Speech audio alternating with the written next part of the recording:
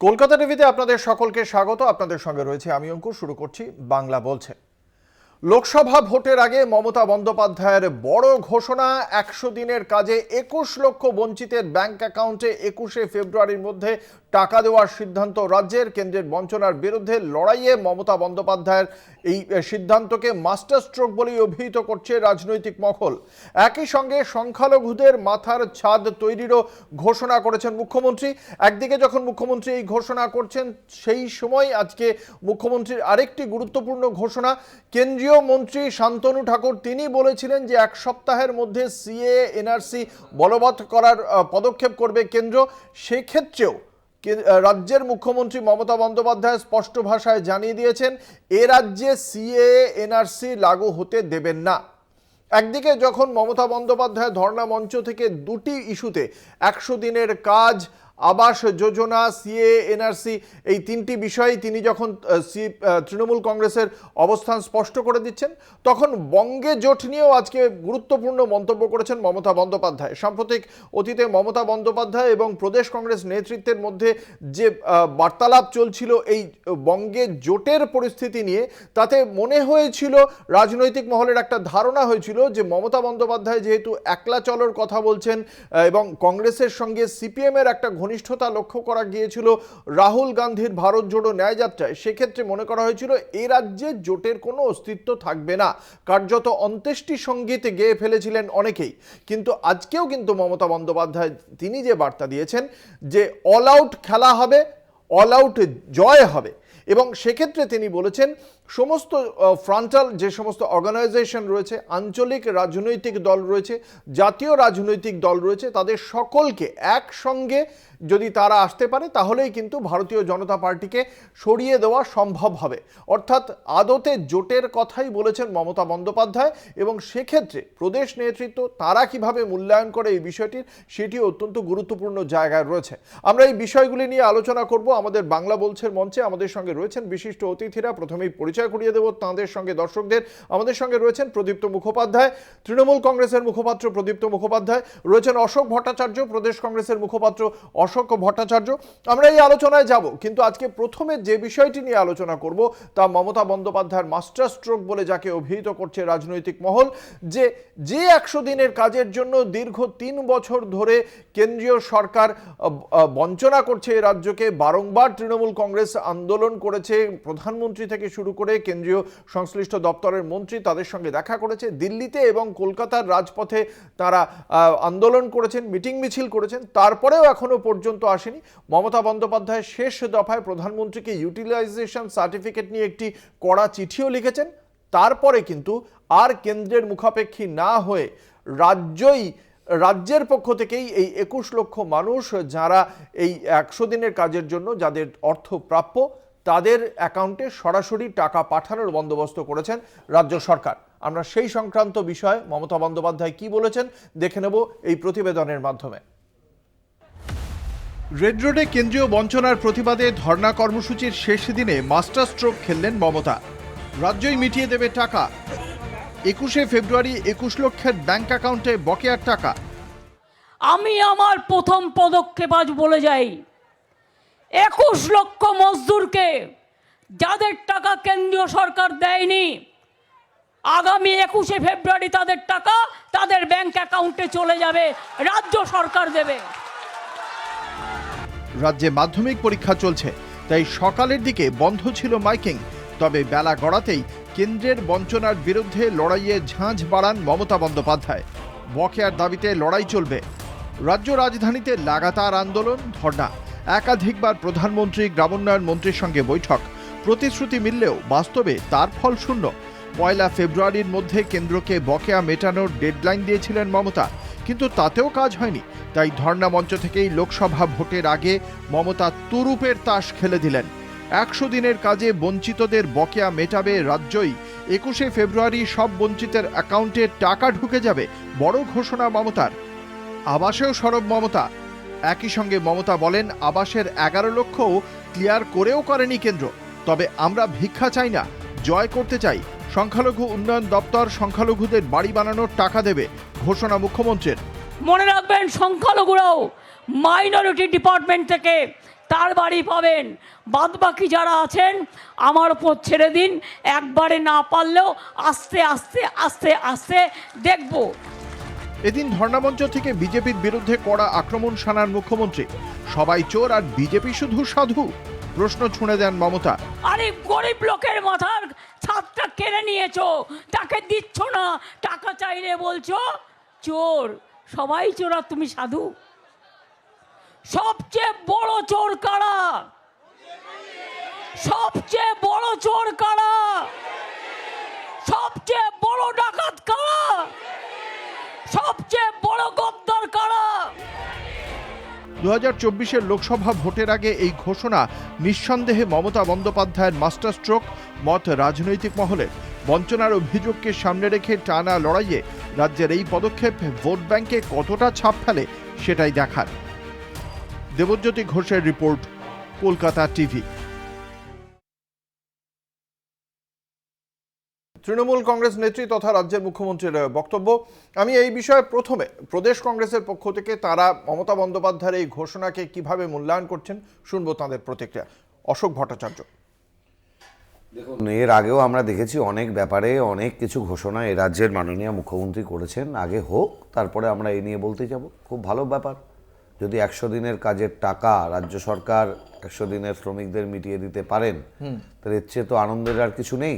আমরা তো বারংবার এর আগেও বলেছি যে 100 দিনের কাজের টাকা এই যে বঞ্চনা যদি হয়ে থাকে তাহলে সেটা সংবিধান বহির্ভূত কাজ, এবং বিজেপি সেই সংবিধান বহির্ভূত কাজের বিরুদ্ধে আসুন মাননীয়ার নেতৃত্বে আমরা সবাই গিয়ে আন্দোলন করব। সেটা উনি করেননি, কখনো আমাদের ডাকেননি, সবাইকে ডাকেননি। দ্বিতীয় কথা বলেছিলাম যে আদালতে যান। এর আগেও আমরা দেখেছি তামিলনাড়ুর ক্ষেত্রে একই জিনিস আমরা দেখেছিলাম। এটা নতুন কিছু নয়, মানে আদালতের দ্বারস্থ হয়েছিল, রাজস্থানে গিয়েছে একেবারে তাই। সুতরাং এই দুটোর কোনোটাই হলো না। এখন প্রশ্নটা হচ্ছে দ্বিতীয় কথা, অঙ্কুর, রাজ্য সরকার তো টাকা চাপায় না।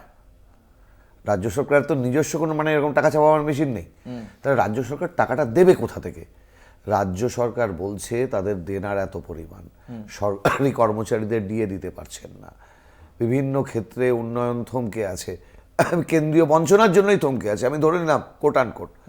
টাকাটা কোথায়, কোথা থেকে টাকা আসবে, কোথা থেকে টাকা আসবে আর কোথা থেকে টাকা দেবেন, এটাও তো লাখ টাকার প্রশ্ন।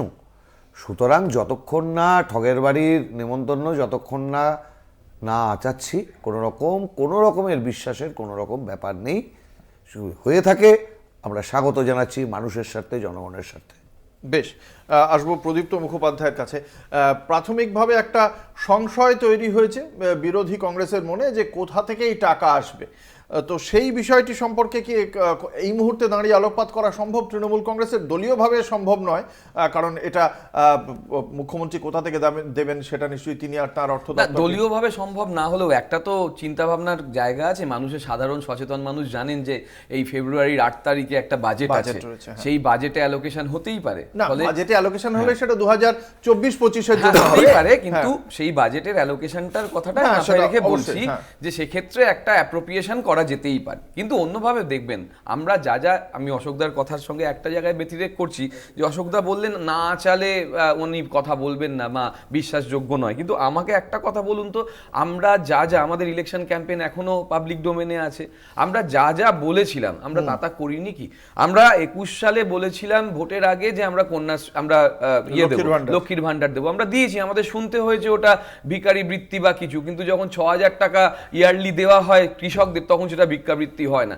ফলে কোথাও না কোথাও গিয়ে মমতা বন্দ্যোপাধ্যায় বা তৃণমূল কংগ্রেসের সরকার যেটা বলেন সেটা রাখেন। কিন্তু অদ্ভুতভাবে দেখুন, আমরা 156টা কেন্দ্রীয় দলকে এখানে পেলাম। সেই কেন্দ্রীয় দল কি বলে গেল না আমরা জনসমক্ষে এখনো জানি না। এবং আমরা দেখলাম 4 বার প্রধানমন্ত্রীর সঙ্গে দেখা করলেন মাননীয় মুখ্যমন্ত্রী। আমরা দেখলাম যে অফিসের সঙ্গে অফিসের বৈঠক হলো, আমরা দেখলাম যে শ্বেতপত্র প্রকাশ হলো, আমরা দেখলাম যে রাজ্যসভায় এবং পার্লামেন্টে, সংসদের, লোকসভায় আমাদের সাংসদরা তথ্য তুলে ধরলেন। তারপরেও আমরা দেখছি কোথাও গিয়ে ওই সেই দিনকে, যেদিনকে 2রা অক্টোবর আমরা দিল্লিতে গিয়ে ধর্ণা দিলাম, তারপরে গিরিরাজ সিং একটা স্টেটমেন্ট দিলেন বা সাধ্বী প্রজ্ঞা একটা স্টেটমেন্ট দিলেন এবং বলছেন যে এখানে চুরি হয়েছে, কিন্তু ভুয়ো জব কার্ডে ভর্তি। কিন্তু তারপরেই গত মাসে দেখা গেল পার্লামেন্টে যখন একটা গত মাসের আগের মাসে পার্লামেন্টে যখন একটা প্রতিবেদন পেশ করতে হলো সাধ্বী প্রজ্ঞাকে, তিনি দেখালেন যে সাধ্বী জ্যোতি ম্যাডামকে, যে তিনি দেখালেন যে সব থেকে বেশি ভুয়ো জব কার্ড হচ্ছে উত্তরপ্রদেশের এবং সেখানে পশ্চিমবঙ্গের মাত্র 5,000 কত। ফলে কোথাও না কোথাও গিয়ে যে ন্যারেটিভ বিল্ডিংটা হচ্ছে সেটা কোর্ট নির্ভর রাজনীতির ওপর। মানে কোনো কিছু হলে কোর্টের কাছে চলে যাও, কোর্টের কাছে গিয়ে কোনো একটা আধা সত্য তথ্য পেশ করো, আর কোর্টের প্রক্রিয়া সম্পর্কে আমরা সবাই জানি, যে কারণে আমরা দেখেছি যে কিভাবে বদনামগুলো সরানো হয় ইনস্টিটিউশনগুলোকে ব্যবহার করে। ওই ক্যাগ রিপোর্ট মনে আছে, যখন কোলগেট কেলেঙ্কারি বা 2G স্পেকট্রাম কেলেঙ্কারি, সবাই বলছে ক্যাগ রিপোর্টে কংগ্রেস সরকার চুরি করে শেষ করে দিয়েছে। তারপরে কি হলো, বাধ্য হলেন সেই ভদ্রলোক বলতে যে না, এরকম কোনো ব্যাপার ছিল না। ফলে কোথাও গিয়ে আমরা দেখতে পাচ্ছি যে একটা ন্যারেটিভ সেট আপ করার চেষ্টা করা হচ্ছে, যে ন্যারেটিভ সেট আপটা পুরোপুরি বিজেপির ম্যানুফ্যাকচারিং এর জায়গা থেকে আসছে। কিন্তু কোর্টের ক্ষেত্রে বলুন বা মানুষের ক্ষেত্রে বলুন, কোনো ক্ষেত্রেই এটা প্রমাণ করা যাচ্ছে না যে দুর্নীতিটা এমন লেভেলে হয়েছে যেখানে সরকারের পুরো বদনাম হয়ে যেতে হবে বা সরকারকে ফেলে দিতে হবে। বরং আমাদের তৃণমূল কংগ্রেসের ভোট বাড়ছে এবং কোর্ট বারংবার স্টে অর্ডার দিয়ে দিচ্ছে বা বলছে যে রিক্রুটমেন্টটা আপনি করতে পারেন। এই তো 9,000 কত রিক্রুটমেন্টের ব্যবস্থাপনাও করলো। মানে যে কোনো ক্ষেত্রে যান আপনি, যে কোনো ক্ষেত্রে যান, 13 সালে মদন মিত্রকে জেলে ভরে দেওয়া হলো। আজ অব্দি জানলাম না মদন মিত্র দোষী কি নির্দোষ। আপনি ধরে নিন সুব্রত মুখার্জি মারা গেছে, আমরা জানলাম না সুব্রত মুখার্জি দোষী কি নির্দোষ। সুলতান আহমেদ, তাপস পাল, প্রত্যেকে এরকম 3 জন মারা গেছেন, আমি জানি না দোষী কি নির্দোষ। ফলে কোথাও গিয়ে বিচার প্রক্রিয়াটাকে লেন্দি করে দেওয়া হচ্ছে। আর এখানে বসে বারংবার বিভিন্ন দলের প্রতিনিধিরা বলছেন চোর চোর চোর চোর। আরে যদি এতই চুরি করে থাকে, যদি এতই দুর্নীতি করে থাকে, শাস্তি হচ্ছে না কেন? মনে আছে শুভেন্দু অধিকারী এরকম করে একটা কি দেখিয়েছিল যে এরকম ব্যাংকে গেছে, ওরকম ব্যাংকে গেছে। কই সেই সব তথ্য, কোথায় সে সব ডকুমেন্টস? যদি তোমার কাছে থাকে ভাই, দিয়ে শাস্তির ব্যবস্থাপনা করো না। আমরা তো চাইছি যে বা যারা এই ধরনের অন্যায় করেছে তাদের শাস্তি হোক, আমরা তো কখনো তার বিরোধিতা করছি না। কিন্তু আমাদের বিরুদ্ধে যে ন্যারেটিভগুলো সেট করা হচ্ছে, মানুষ ধীরে ধীরে বুঝে যাচ্ছে যে কিরকম ভাবে ওই এক সময় 84 দিন জেল খেটেছিল না একজন, যে আজকে দেশের স্বরাষ্ট্রমন্ত্রী, তখন তো তাকে বলা হয়েছিল খুনি খুনি খুনি খুনি খুনি, কই আজ তারপর তো সে নির্দোষ হয়ে বেরিয়ে এলো। ফলে আমার বক্তব্য হচ্ছে এই ন্যারেটিভ বিল্ড আপ থেকে আমাদের বেরোতে হবে এবং একই সঙ্গে সরকার যে কাজ করতে চাইছে, সরকারের যে সদর্থক উদ্যোগ, তাকে সাধুবাদ জানাতে না পারেন, অ্যাটলিস্ট কোর্টে গিয়ে একটা ভুয়ো তথ্য দিয়ে দিন 10 জন্য বা 2 বছর 4 বছরের জন্য আটকে দেবেন না। বেশ, আমরা এই আলোচনায় থাকবো, উভয় পক্ষের বক্তব্যই শুনবো এবং ইতিমধ্যেই কিছুক্ষণের মধ্যেই চলে আসবেন ভারতীয় জনতা পার্টির মুখপাত্র। আমরা শুনবো তার বিশ্লেষণ। একটা ছোট্ট বিজ্ঞাপনী বিরতির পর ফিরে আসছি, সঙ্গে থাকুন।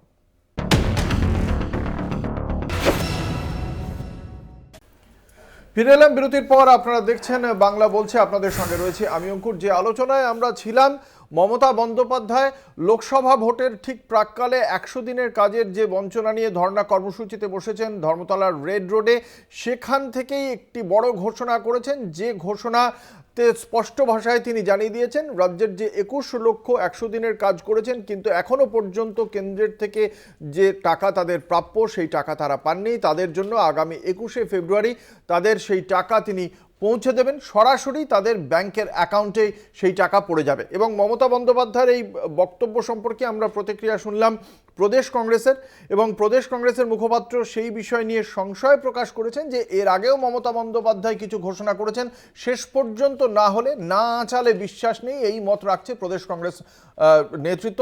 এবং তার প্রেক্ষিতে পাল্টা জবাবও আমরা তৃণমূল কংগ্রেসের শুনিয়েছি। ইতিমধ্যেই আমাদের এই আলোচনায় যোগ দিয়েছেন আরও একজন বিশিষ্ট অতিথি, দর্শকদের সঙ্গে পরিচয় করিয়ে দেবো। আমাদের সঙ্গে যোগ দিয়েছেন দীপঙ্কর সরকার, রাজ্য বিজেপির মুখপাত্র দীপঙ্কর সরকার। আপনাকে কলকাতা টিভির পক্ষ থেকে স্বাগত জানাই। মমতা বন্দ্যোপাধ্যায়ের এই ঘোষণাকে কিভাবে দেখছে রাজ্য বিজেপি? দেখুন, বাংলার মুখ্যমন্ত্রী যদি এভাবে কিছু টাকা দিতে পারে এবং সাধারণ মানুষ যদি পায়, তাতে তো আমাদের কোনো বাধা নেই। কিন্তু আপনারা জানেন যে বিভিন্ন সময় কথাগুলো আস্তে আস্তে শুনছিলাম যে এই টাকা দিচ্ছে না, টাকা দিচ্ছে না।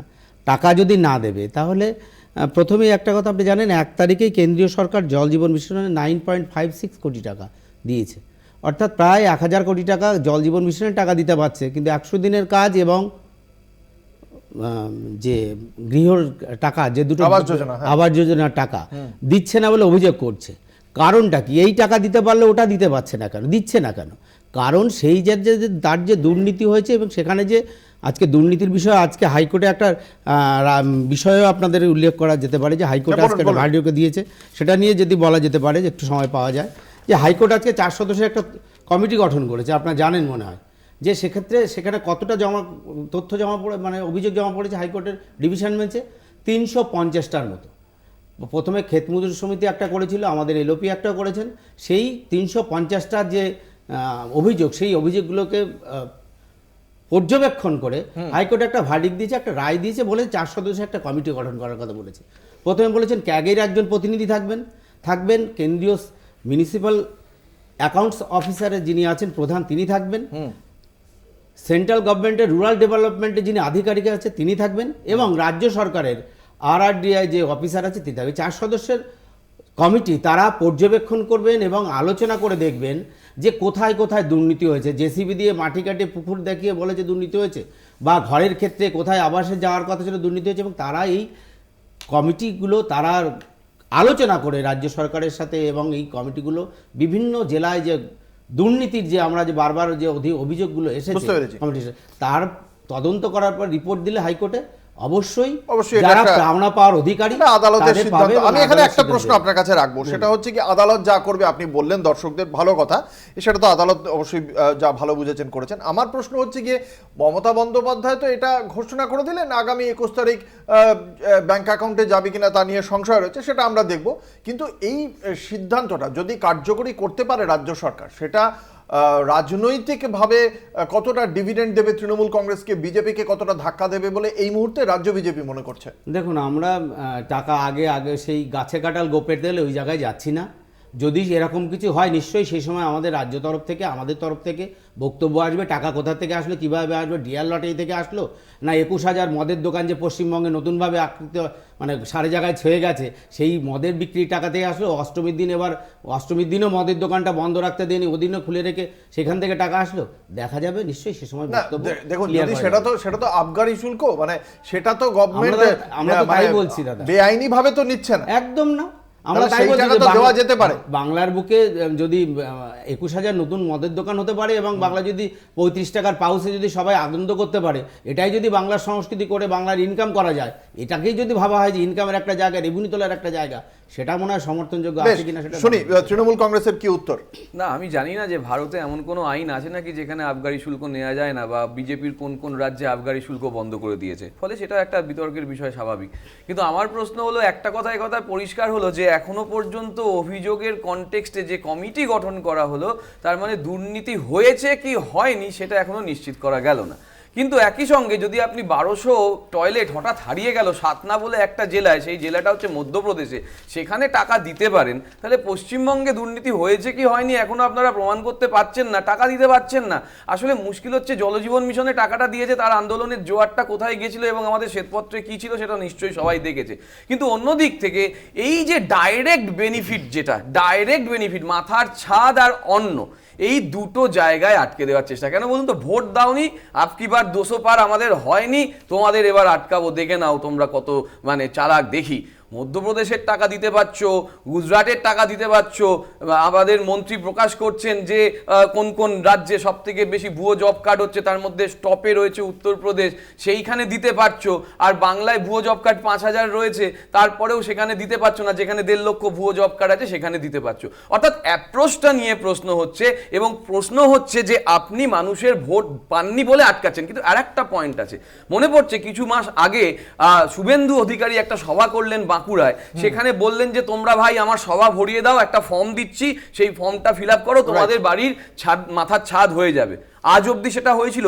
যদি দুর্নীতি হয়েই থাকে, যদি 11 লক্ষ সিলেকশন হয়ে যাওয়ার পরেও সেটাকে আটকে দেওয়া হয়, তাহলে আপনি বলুন যে 11 লক্ষ সিলেকশন কেন হলো, কোন মেথডে হলো, তারপরে কিভাবে সেইখানে তদন্ত কমিটি এলো, কিভাবেই বা সেটা আটকে গেল সিলেকশন হওয়ার পরে, তারপরেও কোন যুক্তিতে, কোন সাহসে LOP তিনি ওই এখানে সভাটা করলেন এবং সভা করে বললেন যে চলো আমি মাথার ছাদ দিয়ে দেবো তোমাদের। কিন্তু আজ অবধি ওই যে 3,000-4,000 লোক ফর্ম ফিল আপ করেছিল, মাথার ছাদ কিন্তু পায়নি। শুনি বিজেপির উত্তর শুনি।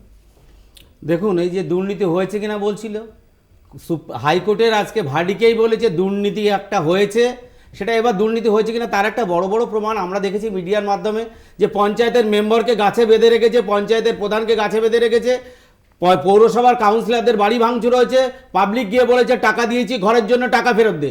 পঞ্চায়েতের মেম্বার, পৌরসভার সদস্যরা তারা টাকা ফেরত দিয়েছে মানুষের সামনে, আপনাদের ক্যামেরার মধ্যে আমরা দেখেছি। তাহলে দুর্নীতি না হলে টাকা কেন ফেরত দিয়েছে? এবার আরেকটা কথা হচ্ছে গিয়ে ভোট পাইনি বলছে তো তার জন্য দেবো না, ভোট আমরা পাইনি এ কথা হতে পারে? 2,28,00,000 লোক আমাদেরকে ভোট দিয়েছে, আমরা ভোট পাইনি বলে দেবো না? এই 2,28,00,000 মধ্যে তো জব কার্ড হোল্ডার আছে, এই 2,28,00,000 মধ্যে তো ঘর পায়নি এমন লোক আছে, তারাও তো আমাদের সাথে সাফার হচ্ছে। তারা দেখছে যে চুরিটা বন্ধ হোক, আমাদের অসুবিধা হচ্ছে আমরা দেখে নেবো, বেশ। কিন্তু আমার নামে কার্ড রেখে বেআইনি কার্ড করে যে চুরি করছে সেটাও বাংলার মানুষ সহ্য করে নিয়েছে, তার জন্য তারা মিটিং করছে, সেখানে সাধারণ মানুষের কোনো অবস্থান নেই। আমি আসবো প্রদেশ কংগ্রেসের কাছে। এই যে ভারতীয় জনতা পার্টির বক্তব্য আপনি শুনলেন, এর মধ্যেও কিন্তু আমরা দেখেছি যে এই কেন্দ্রের সরকার 100 দিনের জন্য সেরা বলা হয়েছে আমাদের রাজ্যকে 100 দিনের কাজে। দ্বিতীয়ত এই যে এতগুলো অভিযোগ, 156টা টিমের রাজ্যে আসা, তারপরেও কেন্দ্রের পক্ষ থেকে কোনো এফআইআর করা হয়নি, কিন্তু টাকাটা আটকে রাখা হয়েছে। এই অবস্থানকে কিভাবে দেখছেন? পলিটিক্যাল সিম্বায়োসিজম, খুব স্পষ্ট কথা। মানে একটা অংশের প্রাণী আর একটা অংশের প্রাণীকে তার জীবন, তার বেঁচে থাকার জন্য যা রসদ, তৃণমূল বিজেপি পরস্পরকে পরস্পরতা মিথজীবী একদম একেবারেই তাই। কারণটা কেন বলছি, আপনি আপনার প্রতিবেদনে যে কথাটা বললেন, দেখুন 100 দিনের কাজে দুর্নীতি তো হয়েছে, আবাস যোজনায় দুর্নীতি তো হয়েছে, এটা আমি বলি আর নাই বলি, যে 4-4টে জেলাকে পেনাল্টি দেওয়া হয়েছে, সে পেনাল্টিকে তো গুনতে হয়েছে রাজ্যকেই। তারপরেও যখন 100 দিনের কাজ এবং আবাস যোজনার ব্যাপারে সার্টিফিকেট দিয়ে যায় কেন্দ্রীয় সরকার, তখন কেন্দ্রীয় সরকারের দ্বিচারিতা নিয়ে প্রশ্ন খুব স্বাভাবিকভাবে ওঠে। এখানে বিজেপি প্রতিনিধিরা চোর চোর বলে চিৎকার করছেন, ওখানে ওদের যারা বসে রয়েছেন কর্তা ব্যক্তিরা তারা এসে সার্টিফিকেট দিয়ে যাচ্ছেন। 3 নম্বর কথাটা হচ্ছে অঙ্কুর, যেটা খুব ভয়ঙ্কর কথা, সেটা হচ্ছে যে দুর্নীতি যদি হয়ে থাকে এবং এই দুর্নীতির জন্য কিছু মানুষ দুর্নীতিতে যুক্ত, কিন্তু বাংলার এত মানুষ যারা সংবিধান স্বীকৃতভাবে কংগ্রেস গভর্নমেন্ট 2004-এর আমাদের প্রথম ইউপিএ সরকারের যে দান, যে 100 দিনের কাজের অধিকার, সাধারণ মানুষের হাতে কাজ, সেই কাজের অধিকার থেকে বঞ্চিত হচ্ছে। আপনি ভাবুন যে যারা দুর্নীতিতে যুক্ত তাদের বিরুদ্ধে ব্যবস্থা নেওয়া হোক। কেন এই ভোট আসলে এই কুমির ছানার মতন 100 দিনের কাজের দুর্নীতিটা পকেট থেকে বের করা হবে, আবার ঢুকিয়ে নেওয়া হবে? যদি ভাই দুর্নীতি হয়ে থাকে, যারা দুর্নীতিতে জড়িত তাদের বিরুদ্ধে ব্যবস্থা নাও, কিন্তু তার জন্য বাংলার যারা একদম নিম্নবিত্ত, নিম্ন মধ্যবিত্ত মানুষ, যারা 100 দিনের কাজ করে তাদের জীবন জীবিকা নির্বাহ করছে, তাদের বঞ্চিত করাটা কোথায়? আসলে একটা ফ্যাসিস্ট সরকার সারা দেশে চলছে, তাদের মানে দাঁত নোকটা প্রয়োজনে বেরিয়ে মমতার এই আসে। সিদ্ধান্ত ভোটে কতটা প্রভাব ফেলবে বলে মনে করেন? দেখুন, এটার সাথে ভোট ইত্যাদিকে আমরা জড়াতে চাই না, একেবারেই চাই না। কারণ বিজেপিকে ধাক্কা দেবে মনে করছেন এই সিদ্ধান্ত? না, বিজেপি কিংবা তৃণমূল কিংবা কংগ্রেসের প্রসঙ্গটা এখানে আসছে না। আমি আবার বলছি আপনাকে যে 2004 সালে যখন মনমোহন সিংয়ের নেতৃত্বাধীন, কংগ্রেস নেতৃত্বাধীন ইউপিএ সরকার তারা সেটা করেছিলেন, হ্যাঁ। কাজের অধিকার দিয়েছিল মানুষকে, তখন সারা ভারতবর্ষের কাশ্মীর থেকে কন্যাকুমারী প্রতিটা ভারতবাসীর জন্য এই অধিকার ছিল। এটা বেঁচে ছিল না কে বিজেপি করে, কে কংগ্রেস, কে সিপিএম, কে তৃণমূল, কে বিজেপি, কে নোটায় ভোট দেয়, এটা আমাদেরকে বিবেচ্য বিষয় নয়। কিন্তু আবার বলছি, যারা দুর্নীতি করেছে তাদের শাস্তি হোক, তার জন্য বাংলার এত মানুষ কেন বঞ্চিত হতে হবে? এই আলোচনায় আসবো, বাকিদের অভিমত শুনবো। একটা ছোট্ট বিজ্ঞাপনী বিরতির পর ফিরে আসছি, সঙ্গে থাকুন।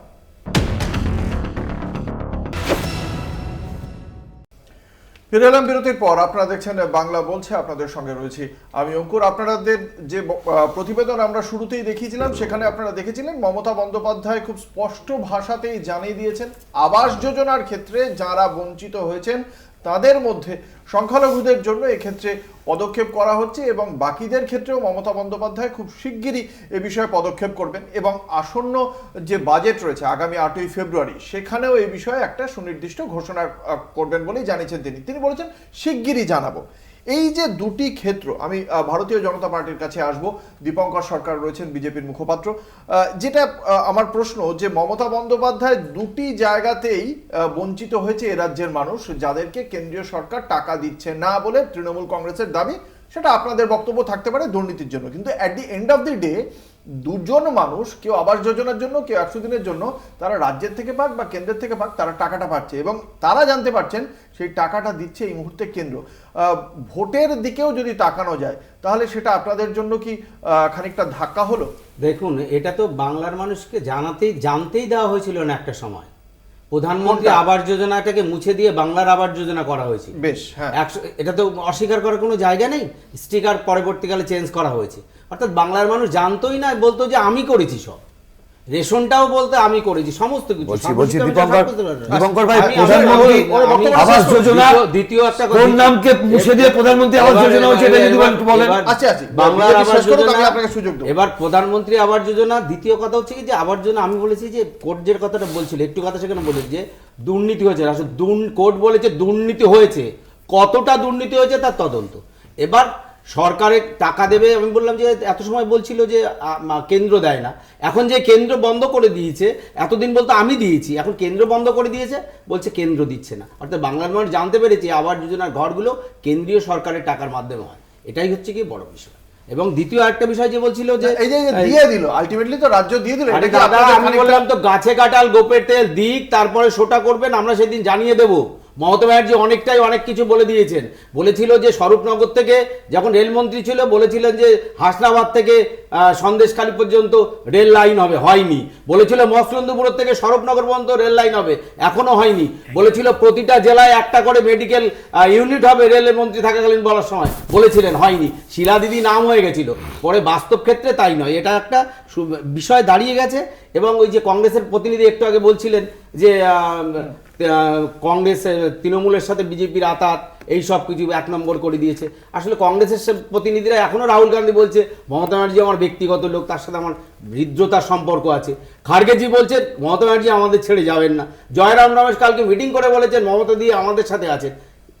তাদের নেতারা বলছে এই কথা, তাদের প্রতিনিধিরা এখানে বসে এই কথা বলছে। তার নেতার থেকে প্রতিনিধি আলাদা?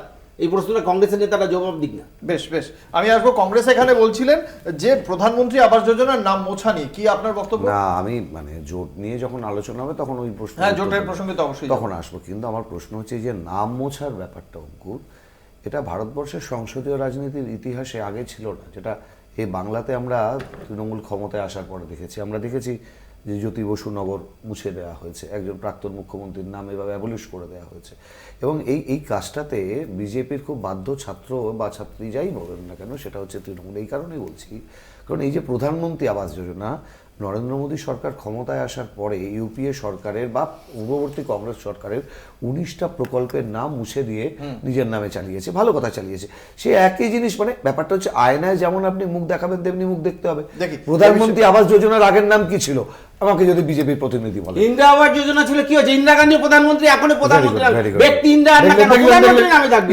আমরা কি জানি না? আপনি তো মনে করছেন, আপনি বলুন না। আপনার নেতা এই কথা বলছে, আপনি অন্য কথা বলছেন। জিজ্ঞেস করেছেন তো আমার কাছে, আমি আপনার উত্তরটা দিন না। আপনি কি বললাম? আপনি বললাম জয়রাম রমেশ রাহুল গান্ধী যা বলছে বলুন। আপনি যদি কলকাতা টিভির অ্যাঙ্কার হতেন, আমি অ্যাঙ্কার নই। আপনি আমার কাছে জিজ্ঞেস করেছেন নাম কি ছিল?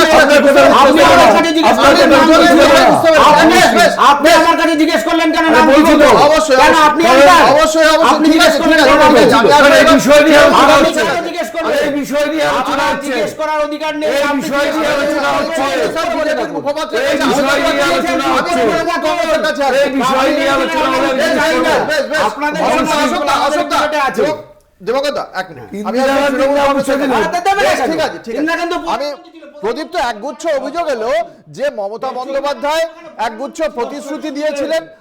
মমতা বন্দ্যোপাধ্যায় একগুচ্ছ প্রতিশ্রুতি দিয়েছিলেন, তার নাম বিজেপির অভিযোগ, তার নাম শিলাদি হয়ে গিয়েছিল, কিন্তু তিনি একটি কাজও করেননি। একগুচ্ছ রেল প্রকল্পের কথা থেকে অনেক কিছু তোলার জন্য খুবই আনন্দ লেগেছে, কারণ এটা শো করে দিল যে বিজেপি সরকার আসার পরে পূর্বতন সরকার যখন রেলমন্ত্রী হিসেবে কোনো প্রমিস করেছিলেন, সেই প্রমিসগুলো বিজেপি সরকার রাখেনি। এটা প্রমাণ করে দিল যে রেলমন্ত্রী থাকাকালীন যখন মমতা বন্দ্যোপাধ্যায় কোনো প্রকল্প করেছিলেন, সেই প্রকল্পটার করেন তো মন্ত্রী, তার প্রয়োগটা কে করে?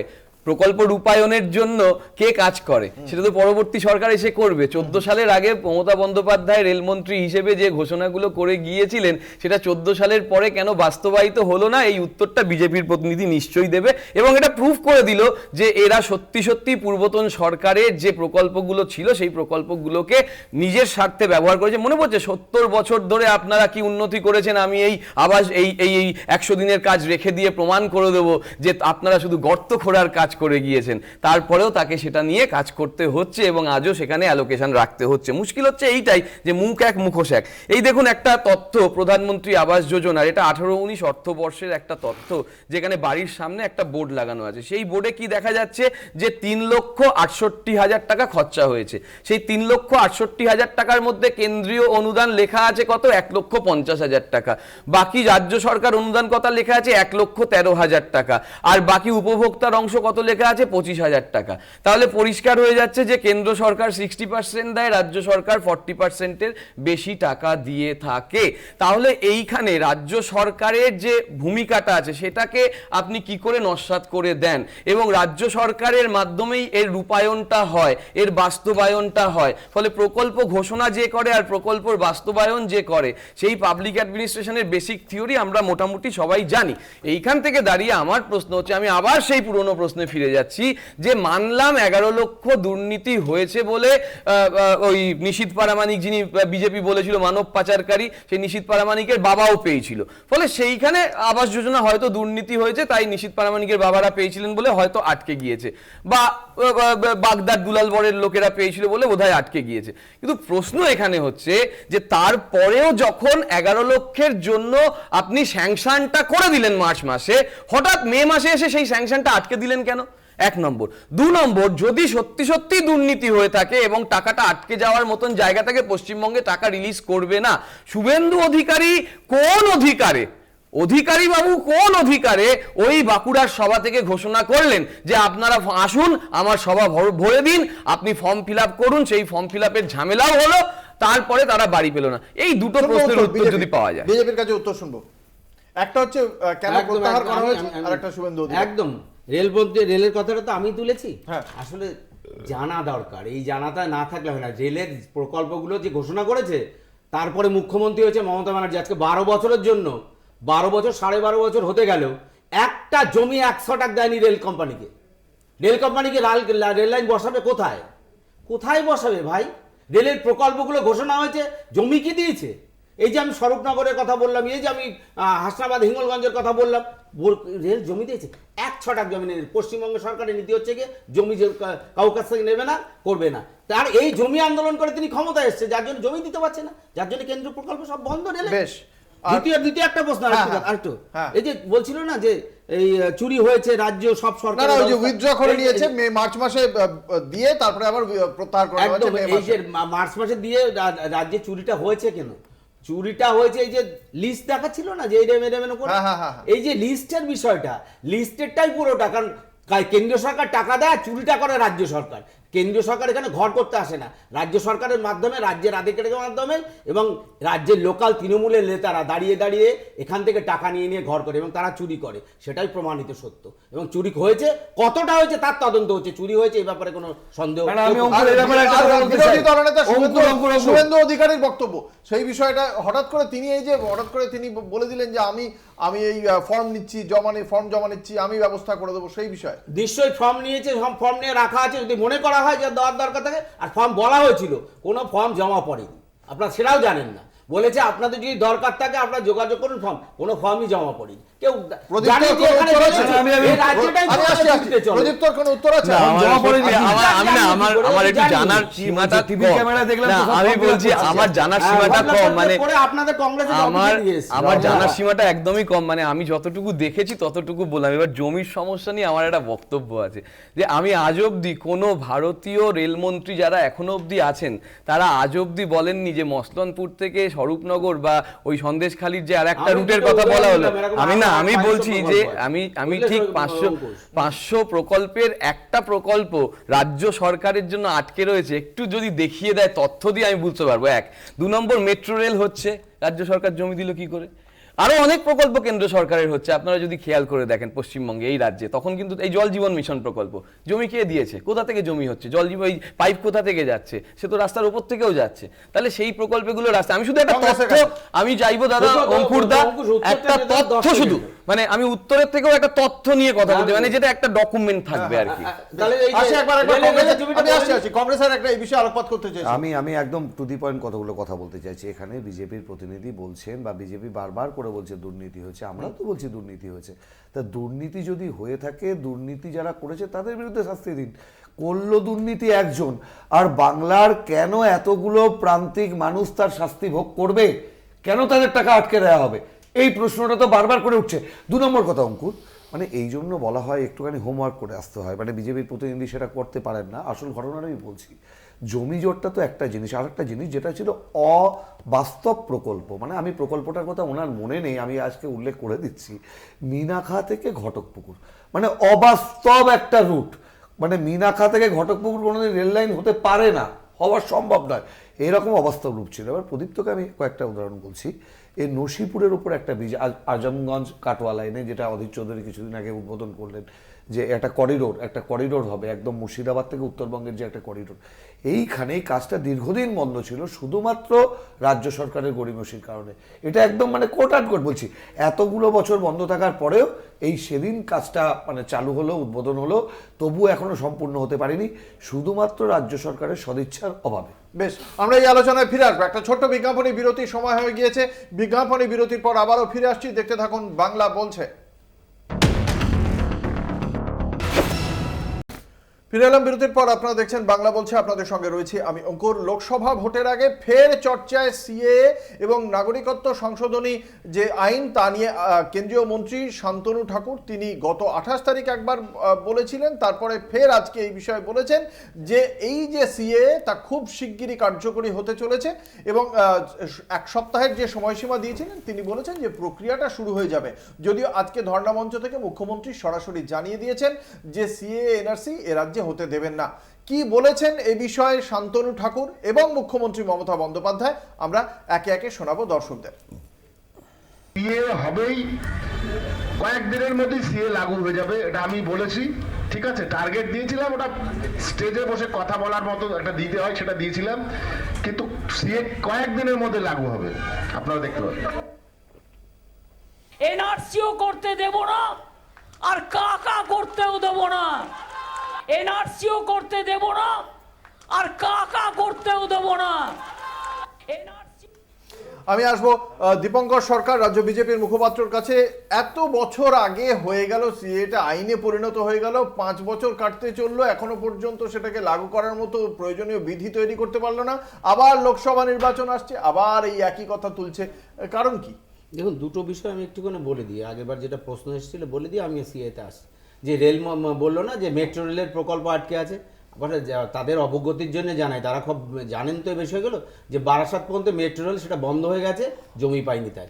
আর বলছিল না, রেলমন্ত্রী কোনোদিন বলেনি 2 তারিখে রেল বাজেটের পর রেলমন্ত্রী অশ্বিনী বৈষ্ণব তিনি সাংবাদিক সম্মেলন করে বলেছেন পশ্চিমবঙ্গ রেল প্রকল্পের কাজ করা যাচ্ছে না, পশ্চিমবঙ্গ সরকার জমি দিচ্ছে না। এরা না জানলে তাতে সেটা আমাদেরই। বেশ, আপনি এবার সিএ নিয়ে শান্তনু ঠাকুর যে কথা বলেছে, আপনি বলছেন যে ভোট আসলে হয়। জানেন যে 1900 পরে থেকে ইতিমধ্যেই 10 রাষ্ট্রপতি স্বাক্ষর হয়ে গেছে, সারা দেশে সাংবিধানিক যে বিধান সেটা হয়ে গেছে।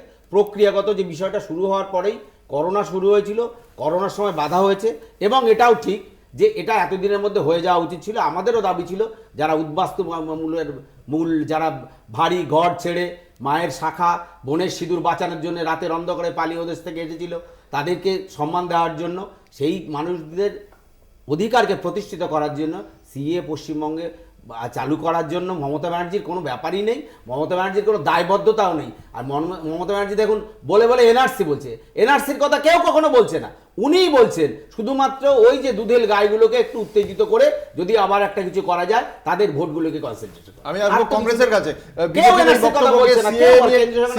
বিজেপির বক্তব্যটাকে কংগ্রেস কিভাবে দেখে?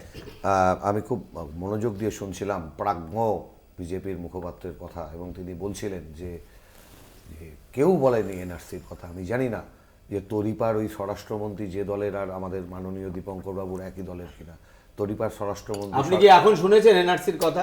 কেন এইসব ফালতু কথা বলছেন? বিজ্ঞ কি চুপ করে যাবো ভাই? বিজ্ঞ এই কথা বলছেন কেন? বাজে কথা বলছেন কেন? মাঝখানে বিজ্ঞ বাজে কথা বলছেন, আপনি কি খুব বিজ্ঞ? আপনাকে তো প্রাজ্ঞ বললাম। আপনি আরো বেশি বড় আপনাকে বিজ্ঞ তো। প্রাজ্ঞ বলবো না? NRC কথা তো এখন থেকে ঠিক আছে, বলেন। আপনাকে প্রাজ্ঞ বলবো আপনি না? কেন ফালতু কথা বলছেন? আপনি আপনার কথা বলুন না। আপনাকে প্রাজ্ঞ বলবো না? আমাকে ব্যক্তিগত বলার দরকার নেই তো আপনার। আচ্ছা, আপনি- আচ্ছা, আপনি আচ্ছা, প্রাজ্ঞ আচ্ছা। তো। আপনি যা তো বাবা। পড়াশোনা করে আসুন। আচ্ছা, প্রাজ্ঞ নয়। এখন বলেছেন এনআরসির বিজেপির কথা আপনি মুখপাত্র বলুন। আপনি কেন ফালতু কথা বলছেন? আপনি আপনার বক্তব্য বলুন। আচ্ছা। আপনি আপনার সময় বলবেন, শুনি। আমি বিজেপির মুখপাত্রকে প্রাজ্ঞ বলেছি বলে ওনার আপত্তি, আমি ওনাকে আরে বলছি- আপনি যে আরে বলতে দেবেন তো। সেটাকে যে বিদ্রুপ করে বলছেন, এইটুকু বোঝার ক্ষমতা তো আমাদের দীপঙ্কর আছে বাবু, নাকি? এটা আপনার পার্টি অফিস আরে নয়। না, আপনার শুনে, পার্টি শুনে, অফিস, শুনে, আপনি আপনার তো পার্টি পার্টি অফিস অফিস নয়। নয়। এটা আপনার পার্টি অফিস। আমাকে আপনার এটা কথা আপনার বাজে বলতে পার্টি দিন। অফিস নয়। বুঝলেন? শুনি। তোরই আমি বলছি, শূন্য হয়ে গেছেন তো বসিত আমি হয়। উইথড্র করে নিলাম। বিজেপির মুখপাত্র একেবারে প্রাজ্ঞ নন। প্রাজ্ঞ হলে উনি বলতেন না এই কথাটা। একদম। কারণ তরিপার স্বরাষ্ট্রমন্ত্রী সংসদে দাঁড়িয়ে বলেছেন সিএ হলো এনআরসির প্রথম ধাপ। আমার ওই তরিপার স্বরাষ্ট্রমন্ত্রী যে দলের আর দীপঙ্কর বাবু একই দলের কিনা আমার সন্দেহ আছে। এটা গেল 1 নম্বর কথা। 2 নম্বর কথাটা হচ্ছে, আমরা বারবার করে বলেছি যে সিএ এবং এনআরসির কুমির ছানা ভোট আসলেই বেরিয়ে যায়। দম থাকলে করুক ভাই, কেন ছেড়ে দাও না ভাই? পশ্চিমবঙ্গ নিয়ে বিজেপি তো এতগুলো রাজ্যে ক্ষমতা আসছে, করতে পারোনি কেন? আমরা যে কথাটা বলতে চাইছি অঙ্কুর, খুব মারাত্মক কথা। 2011-এর পরে সেন্সাস হলো না। কোন কারণে সেন্সাসকে এড়িয়ে যাচ্ছ? কোন কারণে? করোনাকাল তো পেরিয়ে গেছে। সেন্সাস জনগণনা, আমরা বারবার বলেছি কাস্ট বেস জনগণনা ছেড়ে দাও। কাস্ট বেস জনগণনা তোমাদের আপত্তি থাকতে পারে।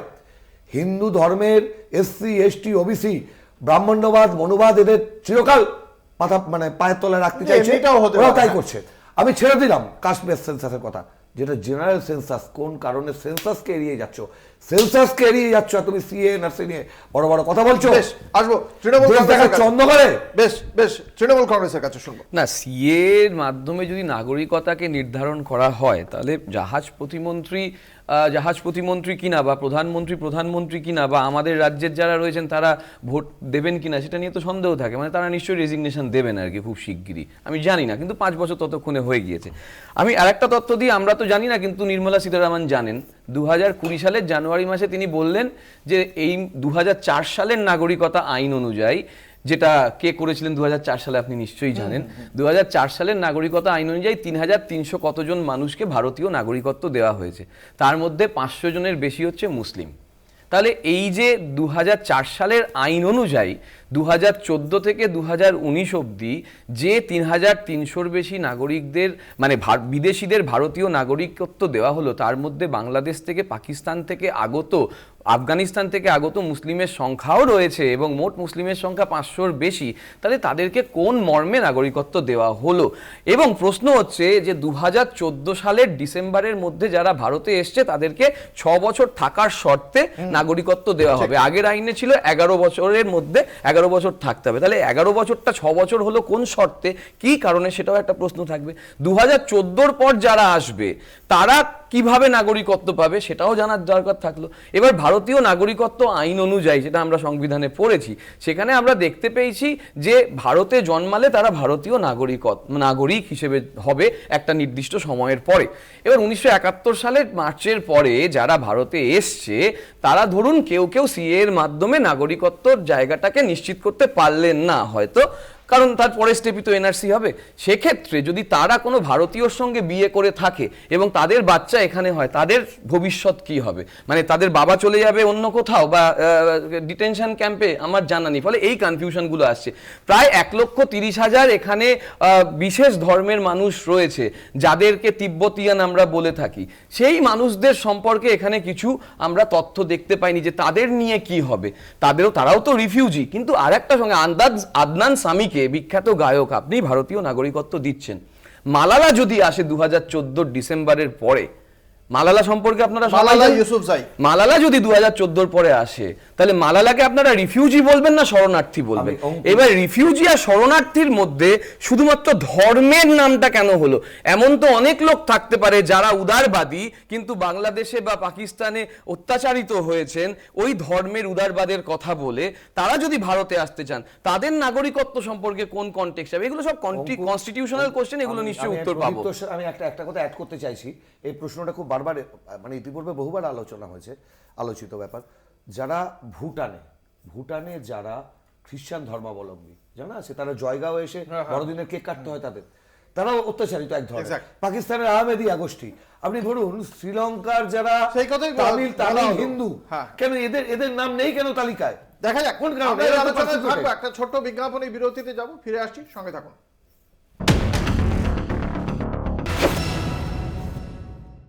বিরতিতে যাওয়ার আগে সিএ নিয়ে প্রশ্ন করেছে কংগ্রেস এবং তৃণমূল কংগ্রেস, আমি উত্তর শুনতে চাইবো বিজেপির কাছে। দীপঙ্কর সরকার, যে কথাটা হচ্ছিল যে ধর্মের ভিত্তিতে কেন নাগরিকত্ব, আসলে ধর্মের ভিত্তিতে ভারতবর্ষ দুটুকরো হয়েছিল।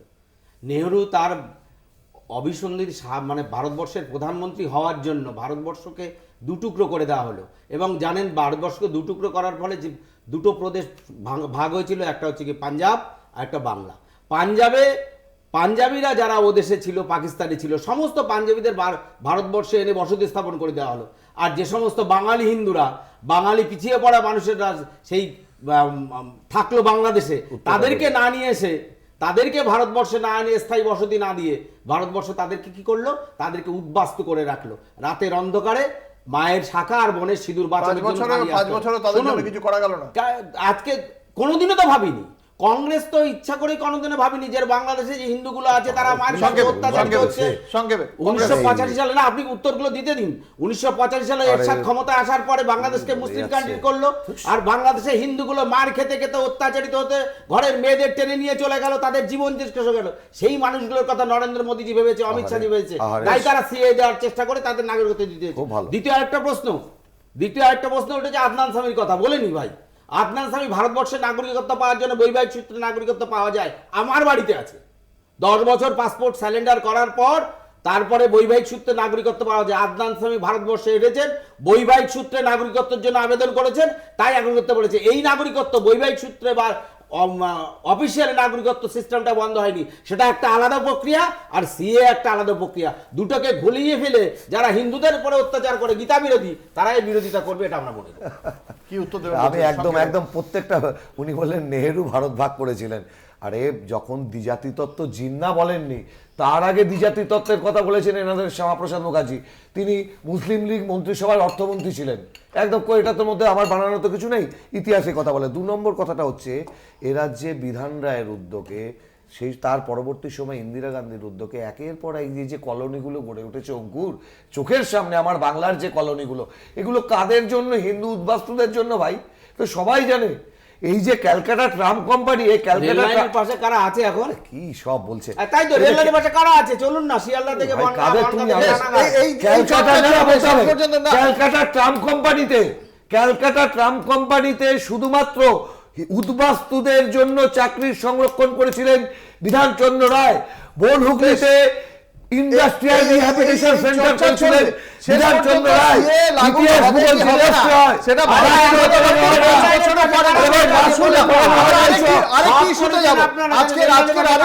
আমরা যাওয়ার চেষ্টা করব। বঙ্গে যে জোট নিয়ে যে চর্চা চলছে সাম্প্রতিককালে, আমরা দেখতে পাচ্ছি ইন্ডিয়া জোট শেষ পর্যন্ত কি হবে তা নিয়ে একটা চর্চা চলছে। সেই চর্চা আজকে মুখ্যমন্ত্রী মমতা বন্দ্যোপাধ্যায় কি আলোকপাত করেছেন, কংগ্রেসের হাইকমান্ড কি বলছে, প্রদেশ নেতৃত্বই বা কি বলছে, আমরা সেই নিয়ে দেখে নেব এই প্রতিবেদন। ইন্ডিয়া জোটের অন্যতম 2 মুখ রাহুল মমতা প্রথমে কয়েকটি বৈঠকের পাশাপাশি দুজনকে দেখা গেলেও রাহুলের ন্যায়যাত্রা শুরু হওয়ার ভার্চুয়াল বৈঠকে গণহাজির ছিল তৃণমূল। রাহুলের ন্যায়যাত্রা বাংলায় ঢোকার আগে থেকেই বাংলায় একলা চলার বার্তা দেন মুখ্যমন্ত্রী। রাহুলের যাত্রা বাংলায় থাকাকালীনই কংগ্রেসের বিরুদ্ধে সুর চড়াতে পিছু হটেনি জোট শরিক মমতা। সিপিএম এর সঙ্গে জোট বেঁধে বিজেপিকে অক্সিজেন যোগাচ্ছে কংগ্রেস, এই অভিযোগও তোলেন রাজ্যের মুখ্যমন্ত্রী।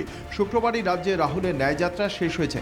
এদিনই কেন্দ্রীয় বঞ্চনার প্রতিবাদে রেড রোডে ধর্নায় বসেন মুখ্যমন্ত্রী মমতা বন্দ্যোপাধ্যায়।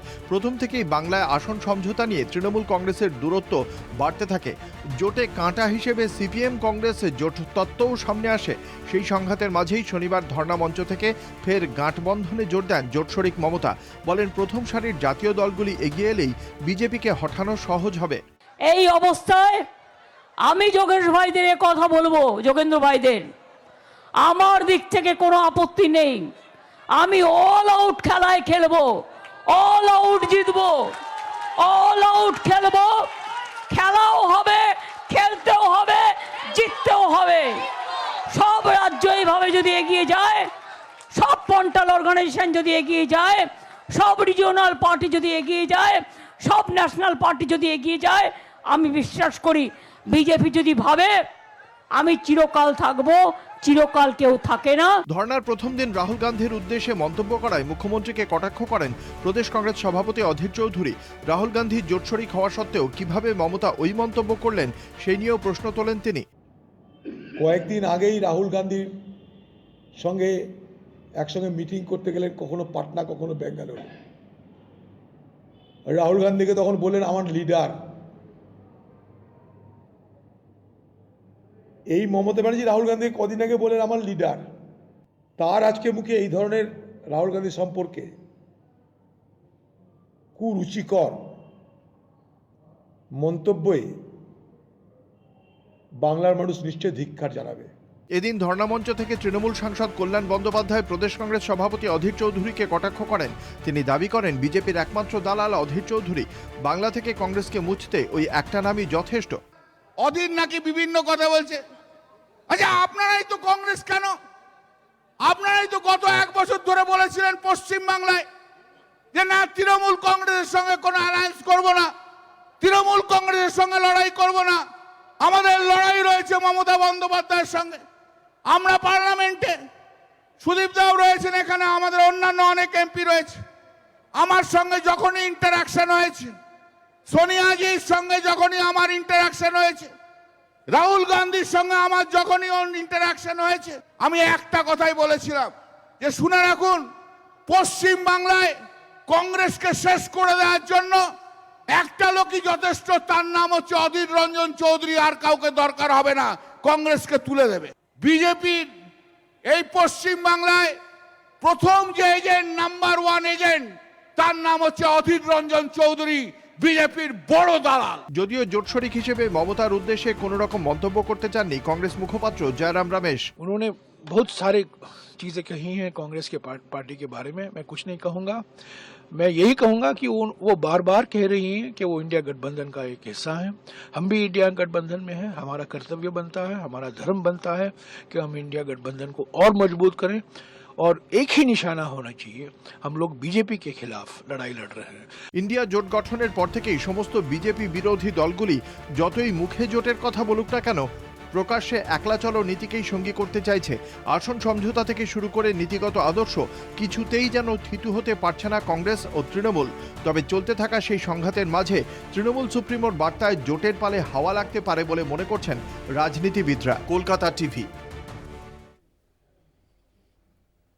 প্রথমে প্রদেশ কংগ্রেস মুখপাত্রের কাছে আসব। মুখ্যমন্ত্রী মমতা বন্দ্যোপাধ্যায়ের এই অল আউট খেলা এবং সবাইকে একসঙ্গে হলে তাহলে বিজেপিকে আউট করা যাবে, এই বিষয়টাকে আপনারা কিভাবে মূল্যায়ন করছেন? এটা তো আমরাই বলেছি, ইন্ডিয়া জোটের নেতৃত্ব তো কংগ্রেস দিচ্ছে। কংগ্রেস তাই অত্যন্ত দায়িত্বশীলভাবে কংগ্রেসের সর্বভারতীয় নেতৃত্ব কথা বলেছেন। কিন্তু আমাদের কথা এটা নয় অঙ্কুর, কথাটা হচ্ছে কতগুলো জিনিস, মানে ক্রোনোলজি কথা। নরেন্দ্র মোদী বলছেন আমরা 400 পার, কংগ্রেস কটা সিট পাবে তার কোনো ঠিক নেই, 40-50টা পেতে পারে। গতকাল মমতা বন্দ্যোপাধ্যায় তিনিও সেটা বলছেন। কি অদ্ভুত মিল। বিজেপি কি বলে? আমরা নাকি মুসলিম তুষ্টিকরণের রাজনীতি করি, বলে তো বিজেপি, এটা বলে তার। গতকাল মমতা বন্দ্যোপাধ্যায়ও বলেছেন রাহুল গান্ধী এখানে মুসলিমদের সুড়সুড়ি দিতে এসছেন। বিজেপি রাহুল গান্ধীকে আক্রমণ করে, মমতা ব্যানার্জিও রাহুল গান্ধীকে আক্রমণ করছেন। কেন? মানে এই যে কমন ব্যাপারটা, রাহুল গান্ধী কেন আক্রমণের নিশানা? আসলে রাহুল গান্ধী আরএসএসকে আক্রমণ করেন।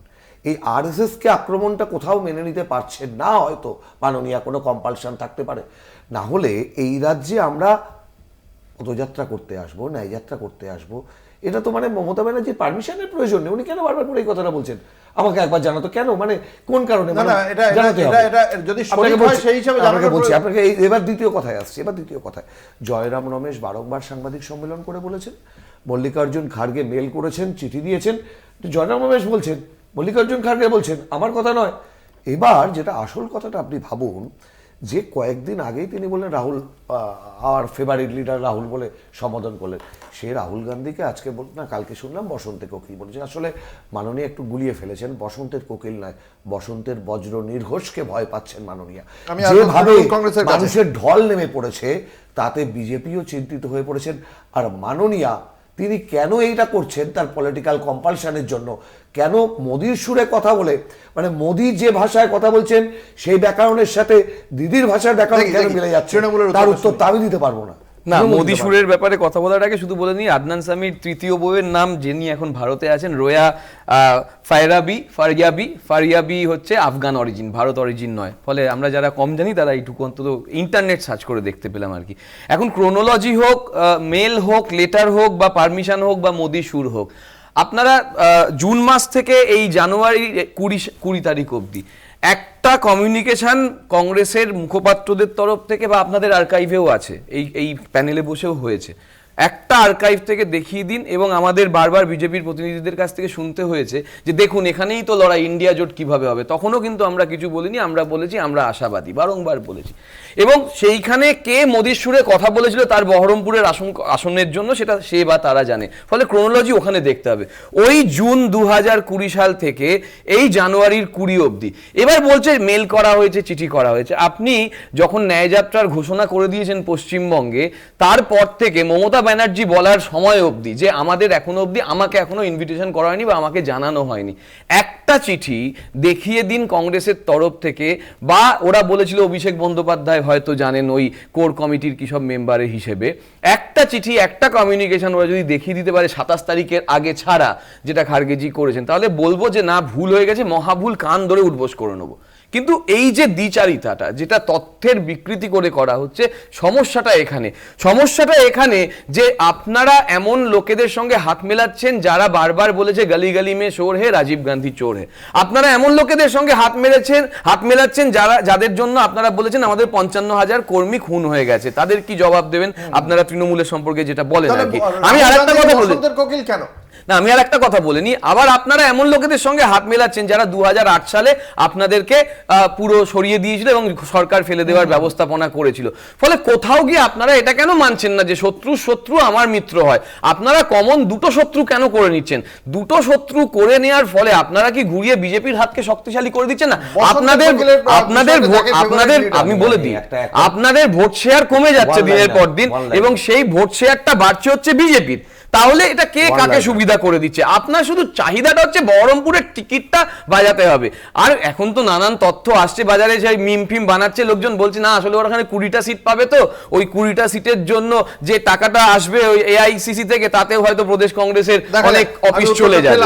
শেষ পর্যন্ত না, ওই উত্তর আছে বসন্তের কোকিল একটাই কারণে, ধরুন এই যে ন্যায় যাত্রাটা হচ্ছে, সেই ন্যায় যাত্রাটার উদ্দেশ্যগতভাবে কি, সেই উদ্দেশ্যটা যদি ওরা বলে দেয়, তাহলে এই ন্যায়যাত্রা যদি আমি না ফেভারিট লিডার, আবার তো বুঝি ন্যায়যাত্রা কবে, ফেভারিট লিডার কবে, আপনাকে তো ক্রোনোলজি বুঝতে হবে। এবার এই ক্রোনোলজিটা আপনাকে বুঝতে হবে। ন্যায়যাত্রা আমাদের সঙ্গে নিয়ে না আমাদের বিরোধিতায়।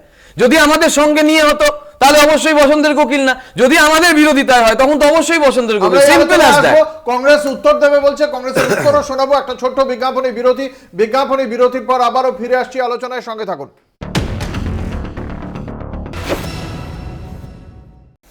ফিরে এলাম বিরতির পর। আপনারা দেখছেন বাংলা বলছে, আপনাদের সঙ্গে রয়েছে আমি অঙ্কুর। আসবো কংগ্রেসের কাছে, তৃণমূলের উত্তর শুনবো। দেখুন, প্রথম কথাটা হচ্ছে, বারবার করে তো আমরা একটা কথা বলছি, আসলে এত কেন গাত্রদাহ মাননীয়ার আমরা সত্যি বুঝতে পারছি না। এখানে তৃণমূল অনেকগুলো কথা এখানে বললেন, এই মানে ন্যায় অন্যায় ইত্যাদি ব্যাপার নিয়ে। আমি শুধু ওনাদের কাছে প্রশ্ন করতে চাইছি যে দেখুন, এই যে আপনি বলছেন সিপিএমের সাথে জোটের কথা, যেহেতু প্রকাশ্য জোট আমাদের, আমি ধরে নিলাম ওনার কথা অনুযায়ী সিপিএমও মুক্ত সবটাই ধরে নিলাম, তাহলে আপনাদের নেত্রী, আপনাদের সুপ্রিমো মাত্র কয়েকদিন আগে দাঁড়িয়ে কেন বলেছিলেন যে জোট বার্তা দিয়েছিলেন উনি, বামপন্থীদের সিপিএমের উদ্দেশ্যেও জোট বার্তা দিয়েছিলেন? তাহলে উনি সকালে এক কথা বলেন, বিকালে এক কথা বলেন। সেদিন বললেন রাহুল ফেভারিট লিডার, আজকে গতকাল বলছেন রাহুল বসন্ত কোকিল, সেদিন বললেন সিপিএমের সাথে প্রয়োজনে জোট করতে পারবেন, এখন বলছেন সিপিএম নাকি গাত্রদাহর বিষয়। মানে কোনটা ওনার লাইন? আসলে কম্পালশনটা কোন আরএসএস এর প্রতি, কোন বিজেপির প্রতি, সেটা ওনাদের বলতে হবে। আমি এখানে একটুখানি বিজেপির কাছে আসবো। এই যে ধরুন জোটের মধ্যে এই যে বিষয়টা আপনি দেখতে পাচ্ছেন, এতে কি বিজেপির পথ সুগম হচ্ছে এ রাজ্যের প্রেক্ষিতে? দেখুন, এ রাজ্যের প্রেক্ষিতে জোটটা হওয়া খুবই জরুরি আমরা মনে করি। একদম কংগ্রেস, সিপিএম, তৃণমূল 1:1 প্রার্থী বিজেপির বিরুদ্ধে দিক। ভারতবর্ষের গণতন্ত্রকে শক্তিশালী করার জন্য বিরোধী দলের শক্তিশালী হওয়া দরকার, ইন্ডিজোটের পিন্ডি চটকে গেলেও তারা একত্রিত হয়ে আবার শক্তিশালী হয়ে ভারতীয় জনতা পার্টি আন্ডা জোট এতে খুব মুশকিল হবে। বাংলায় 42টা আসনে 1:1 প্রার্থী দিক। যে 56,000 কর্মীদেরকে সিপিএমরা তৃণমূল কংগ্রেসকে বা কংগ্রেসকে মেরেছিল, কংগ্রেস সেটা ভুলে যেতে পারে, বাংলার মানুষ বলেনি, তার পরিবারের সদস্যের মৃত্যু হয়েছে। এবার পঞ্চায়েত নির্বাচনে সবার আগে যে মৃত্যু হয়েছে কংগ্রেসের নেতা ফুলচাঁদ শেখ, মৃত্যুবরণ করেছে তৃণমূল কংগ্রেসের ডাকা আহমাদদের কাছে। ফলে এই 1:1 লড়াই হলে বিজেপির বিরুদ্ধে যদি একজন করে প্রার্থী ওরা দিতে পারে 3 দল মিলে, আমরা আপনার কাছে চ্যালেঞ্জ করে বলে যাচ্ছি 42টি আসনের মধ্যে 40-এর উপরে আসন ভারতীয় জনতা পার্টি পশ্চিমবাংলায় পাবে। কারণ বাংলার লোক, আপনার মনে হয় আমরা ঘাস কাটি? আপনি এখন দায়িত্ব দিচ্ছিলেন না, না, আপনার মনে হয় আমরা ঘাস কাটি নাকি? আপনি ডায়লগ দিচ্ছিলেন, ঘাস কেটে তো শূন্য করে ফেলেছেন। ঘাস কেটে তো কংগ্রেসকে আপনারা তো 10 বছর আগে দুটো ছিলেন, শূন্য করে ফেলেছিলেন। দুটো এমপি ছিল। আমরা ছিলাম বলে, আমরা মন্দির তৈরি করেছি বলে তৈরি করা ম্যান্ডেটে আমাদের 303 করে দিয়েছে। মানুষ আমাদেরকে ম্যান্ডেটে দিয়েছে 370 হটানোর জন্য আপনাদেরকে শূন্য করে দিয়েছে। ঠিক ঠিক। আচ্ছা, আসছি একবার তৃণমূল কংগ্রেসের কাছে। এখানে একটা বিষয়, এই জোটের মধ্যে আরো একটা জায়গা, এই যে মমতা বন্দ্যোপাধ্যায় ধর্ণা মঞ্চে রয়েছেন গতকাল এবং আজকে, অভিষেক বন্দ্যোপাধ্যায়কে একবারের জন্য দেখতে পাওয়া গেল না। এবং আপনাদের সোশ্যাল মিডিয়ার অন্যতম একজন গুরুত্বপূর্ণ ব্যানার্জি পরিবারের সদস্যও বটে তিনি লিখছেন যে যোগ্যরা স্থান পায় না, অযোগ্যদের নিয়ে ঘর সাজায়। তিনি আত্মীয়ও বটে অভিষেক বন্দ্যোপাধ্যায়। এই যে এই কথাগুলো সামনে চলে আসছে, এর আগে আমরা জানি অভিষেক বন্দ্যোপাধ্যায় নিজে বারংবার প্রশ্ন তুলেছিলেন। 2016 মন্ত্রিসভা যখন হলো সেই সময় প্রশ্ন তুলেছিলেন। তারপরে কিছুদিন আগে সত্যরোধর বিষয়টাও আপনাদের দলে এসেছে। তারপর অভিষেক বন্দ্যোপাধ্যায়ের অনুপস্থিতি, দলে এই জায়গাটা নিয়ে কোনো একটা চর্চা চলছে? না, গল্পের গরু গাছে ওঠে খুব ভালো লাগে মাঝে মাঝে। আসলে এটা নিয়ে আমার কোনো বক্তব্য নেই, জানেন তো, কারণ অভিষেক বন্দ্যোপাধ্যায় এখন বোধহয় বাজেট অধিবেশনে আছেন। এটা বোধহয় আমার তথ্য যদি ভুল হয় আপনি কারেকশন করে দেবেন। আর খুব স্মৃতি যদি মানে আমাকে বিট্রে না করে, কয়েকদিন আগে যখন একটা বিশেষ সভা হয়েছিল সেখানে অভিষেক ব্যানার্জি আর আমাদের দিদি একসঙ্গেই ছিলেন। ফলে এই ব্যাপারটা আমি বিশেষ গুরুত্ব দিই না, আপনারা ভোটের সময় আবার দেখে নেবেন কি হয়। আমি দুটো কথা আগেও বলেছিলাম, এখনো বলছি, যে বিজেপি যেদিন সিএ ঘোষণা করলো জাহাজ প্রতিমন্ত্রী, সেদিনই বলেছিলাম যে আমি দায়িত্ব নিয়ে বলছি 7 দিনের মধ্যে এটা কার্যকর হবে না এবং আমি মুখপাত্রের পদ ছেড়ে দেবো যদি এটা করতে পারে, কারণ ওরা মানুষকে বোকা বানায়। এটা আমি বলেছিলাম। আমি আজকের দিনেও বলছি যে বিজেপির যে ঘোষণা এখানে 35টা, 35, 3 আর 5 যদি যোগ করে 8 হয়, সে 8টা আসন পাবে কিনা সন্দেহ।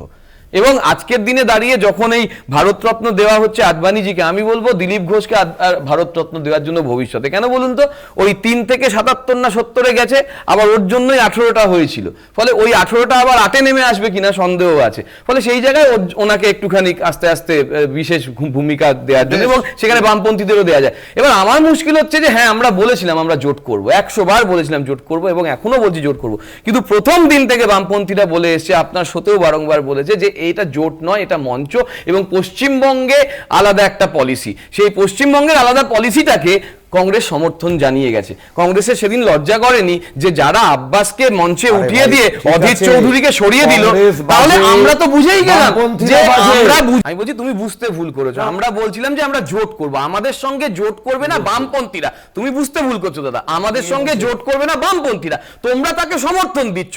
তাহলে মুশকিল হচ্ছে তোমরা বামপন্থীদের সঙ্গে জোট করতে যাচ্ছ, তাহলে আমরা কোথায় দোষ করলাম? বাকিটা দর্শক বন্ধুরা বিচার করে নেবে। আমি আর কিছু বলতে চাই না দাদা, আমার বোঝার ক্ষমতা অতি সীমিত, আমি একদম বুঝতে পারছি না, ফলে তোমরা বাকিটা বুঝে নেবে। এটাই তো বলতে চাইছি, তোমাদের কাছে তো কোট আন কোট সিপিআই এর অচ্ছুত একটু আগেও বললে অচ্ছুত ছিল না তো, আমরা তো সেটাই বলছিলাম জোটের জন্য। আমরা তো সিপিআই, আমি কি বললাম? তুমি তো বললে সীতারাম ইয়েচুরির সঙ্গে মমতা বন্দ্যোপাধ্যায়, তুমি তো বললে, আমি কি বললাম? যদি তুমি আগে বোঝো, একটু রিক্যাপ করে তুমি বোঝো। অভিষেক ব্যানার্জি বৈঠক করতে পারে, তাহলে এ রাজ্যে সিপিএম আগে ঘোষণা করে এবং বিরাজে আসন খালি রাখছে আলাদা করে। তাহলে কংগ্রেস সিপিএম এর সাথে যখন জোট করে, যখন একসাথে পথে নামে, তখন এই 34 বছর রাজ্য আর কেন্দ্র, জয়রাম রমেশও বলছে আলাদা। না, তৃণমূল কংগ্রেসের যেটা মমতা বন্দ্যোপাধ্যায় বা বাকিরা যেটা বলছেন, সেটা আমাদের কাছে যেটা মনে হয়েছে যে সিপিএম এর সঙ্গে সিপিএম আগে অবস্থান ঘোষণা করেছে, এ রাজ্যে তারা কখনোই তৃণমূলের সঙ্গে এক মঞ্চে থাকবে না। এবার কংগ্রেস সিপিএম এর সঙ্গে একজোট হয়ে তৃণমূলের বিরোধিতা করছে, এটাতে তৃণমূলের আপত্তি। খুব ভালো কথা, আপত্তির জায়গা, খুব জাস্টিফাইড আপত্তি, আমি তো বলছি না। আমার কথাটা বারবার বলছি, তৃণমূলের আপত্তি খুব খুব জাস্টিফাইড। তাহলে তৃণমূল কেন বললো যে প্রয়োজনে তারা সিপিএম এর সাথে জোট করতে চায়? আগে এই অবস্থানটা তো clear করো। ক্রোনোলজিটা তুমি গুলিয়ে ফেলে আমার কি করে chronology? বলবো? তুমি যদি কি? ক্রোনোলজি গুলিয়ে না, ফেলে না, তাহলে না, আমার কিছু করার কিচ্ছু নেই। বলাচ্ছি না ভাই, দর্শক আবার দর্শকরা প্রদীপ তো- দেখছে দাদা, প্রদীপ তো এবার দর্শক আমাকে বলতে শুনছে। দাও, তুমি তো বলে দিও। দেখে দেখে কি বলছে, এটা এটা আপনার প্রশ্নটা উত্তরটা হয়। হ্যাঁ, শুনি উত্তরটা শুনি। আমি কি বলবো, তোমার যদি মনে হয় উত্তর হয়নি। আমরা আবারও বলছি যে আমাদের তরফ থেকে সিপিএম জোট করতে চাইলে করবে? একটু দাঁড়াবে। সিপিএম ধরো শোনে, বলবে- শোনে, শোনে। আচ্ছা, তুমি কি এখানে জো কুইজ করতে এসেছো? না, আমি জানতে আসলেই চাইছি। তো। তুমি তো এই একই প্রশ্ন তুমি- 10 বার কেন করছো। বলবো না? তাহলে আমি কি উত্তর কেন দেবো? বলবো না? কি উত্তর তুমি দেবো? বলছো হোয়াট ইউ আর যে- এক্সপেক্টিং ফ্রম মি, আমি সেটাই বলবো, বলো। তুমি বলছো, ভালো করে শোনো, আমি একদম টু দি আমি পয়েন্ট খুব আমাদের সময় খুব পরিষ্কার বলেছি। সময় খুব সংক্ষিপ্ত। আমি বলছো খুব পরিষ্কার বুঝেছি যে যে আমরা CPM বলছে- জোটের জন্য বলেছিলাম এবং কার আলোচনায় সাথে, তোমাদের কার দুটো সাথে, আসন বুঝতে ছাড়ার পারছি। জন্য কার সাথে, বলেছিলাম। কার সাথে, কার কিন্তু সাথে? তো আমরা ইন্ডিয়ানের কথা আমি একবার বলছি। বিজেপির কাছে ইন্ডিয়ার কথা একবার বলেছি বিজেপির কাছে আমরা। আসবো। ইন্ডিয়াতে কারা দিবঙ্কর কারা? সরকার, আমি একবার আমার দিবঙ্কর বুঝতে সরকারের কাছে অসুবিধা আছি। হচ্ছে, আমার অসুবিধা এই হচ্ছে। পরিস্থিতিতে আমার একদম দাঁড়িয়ে, বুঝতে অসুবিধা এই হচ্ছে পরিস্থিতিতে দাঁড়িয়ে বাংলার ওই জন্যই তোমরা শুনতে যাচ্ছো বাংলাতে দাদা। বাংলাতে ভারতীয় জনতা পার্টির মনে হচ্ছিল যে এই জোটের আবহে ভারতীয় জনতা পার্টি খানিকটা লাভ পেতে পারে, কিন্তু আজকেও আমরা যেটা দেখতে পাচ্ছি, পশ্চিম মেদিনীপুরে আপনাদের দলের অন্তত 31 জন সভাপতিকে চিঠি লিখেছে যে আমরা বিজেপি ছাড়ছি, তার কারণে আপনাদের দলের অভ্যন্তরীণ দ্বন্দ্ব, সেটাই মূল কারণ। অর্থাৎ অভ্যন্তরীণ দ্বন্দ্বের জন্য কিন্তু আপনাদের দলে বিভিন্ন জায়গায় সমস্যা তৈরি হচ্ছে, যে কারণে কেউ দল ছেড়ে দিচ্ছে, তারা অন্য দলে কেউ যোগদান করছে, কেউ করছে না, কিন্তু আদতে বিজেপি দুর্বল হচ্ছে। এটা নিয়ে বিজেপি কিভাবে ভাবছে? 31 জন তারা রাজ্য সভাপতি চিঠি রেখেছে, দলের পদে থাকবে না। আবার তার আগের দিনও দেখেছেন 200 লোক বিজেপিতে জয়েন করেছে। এগুলো রাজনৈতিক দলে হয়, সব রাজনৈতিক দলেরই হয়। কম বেশি একদল তার অসন্তোষ প্রকাশ করতে পারে, এটাই ভারতীয় জনতা পার্টির গণতন্ত্র আছেই বলে তার পছন্দ হয়নি রাজ্য সভাপতি চিঠি লিখেছে। আবার যাদেরকে পছন্দ ভালো হয়েছে তারা দেশে দলে যোগদান করেছে। এটা তো নিয়ম, এটাই তো ভারতীয় জনতা পার্টি এই গণতন্ত্রকে সমর্থন করে। এবং বলা যায়। সেই জায়গায় দাঁড়িয়ে এই এবং দলের মধ্যে বলেছে, আপনি একটা জিনিস দেখুন, দলের মধ্যেই কিন্তু চিঠি না লিখে না রাখা হয়েছে। সেটা হোক, সেটা বক্তব্য না। আমার বক্তব্য হচ্ছে রাস্তায় এই দাঁড়িয়ে জায়গায় গুলি মারছে দাঁড়িয়ে না, আপনাদের অন্য রেজাল্ট দলের একটু আগে কটাক্ষ করলো তৃণমূল কংগ্রেস যে 3 আর 5-এ 35-এর কথা বলছেন, 3 আর 5-এ 8 হবে কিনা সন্দেহ। আপনি লিখে রাখুন, 3 মাস 4 মাস পরে তো রেজাল্ট বেরোবে, এর উত্তরটা আপনি পেয়ে যাবেন। ঠিক আছে? একটা ছোট অ্যাডিশন আছে, রাস্তায় দাঁড়িয়ে তো গুলি করে না, কিন্তু রাস্তায় দাঁড়িয়ে জুতো আবিষ্কার করে ফেলে। আপনারা জানেন কারুর কোনো রাজ্য সভাপতির জুতো, মানে রাজ্য সভাপতির ছবি মাটিতে ফেলে সেখানে জুতো মারা হয়, বা সুভাষ সরকারের মতন নেতাকে, ওরকম একজন বড় নেতা যিনি আমাদের দেশে শিক্ষা দেখেন, তাকে তালা মারে রাখা হয়। এরকম ঘটনা আমরা দেখেছি। আর প্রতিদিন খুন হচ্ছে সেটা দেখেন, কালকে বাটপাড়ায় খুন হয়েছে তৃণমূলের হাতে, তৃণমূল লোক। মানে এরা ফলে খুন করতে পারে, শেষ জুতো মারাটা এদের কাছে, একদিকে জুতো জোট, মারাটা বড়, খুন অন্যদিকে করাটা বড় ভারতীয় না। জনতা এই পার্টির- হচ্ছে এদের ধর্ম। ভারতীয় জনতা পার্টির জুতো জুতো মেরেছে, তবু গণতন্ত্র আমার অসুখ করে জুতো মেরেছে, আর এরা খুন করে মেরে ফেলে এই মুহূর্তে রাজ্য শাহজাহান যেখানে রাজনীতিতে সম্পদ। কতটা জমি দখল করতে পেরেছে সেটা হয়তো যত সময় এগোবে তারও বেশি স্পষ্ট হবে, এবং তার জন্য অবশ্যই নির্বাচনী ফলাফলের দিকে তাকাতে হবে যে শেষ পর্যন্ত বঙ্গে জোট কতটা কার্যকরী হয়। আমাদের সঙ্গে এই আলোচনায় আজকে ছিলেন দীপঙ্কর সরকার, প্রদীপ্ত মুখোপাধ্যায়, অশোক ভট্টাচার্য। আপনাদের প্রত্যেককে আপনাদের মূল্যবান মতামতের জন্য অসংখ্য ধন্যবাদ। শেষ করছি আজকের বাংলা বলছে, দেখছিলেন বাংলা বলছে, শেষ করছি আজকের এই অনুষ্ঠান। দেখতে থাকুন কলকাতা টিভি, রাত দিন 7 দিন।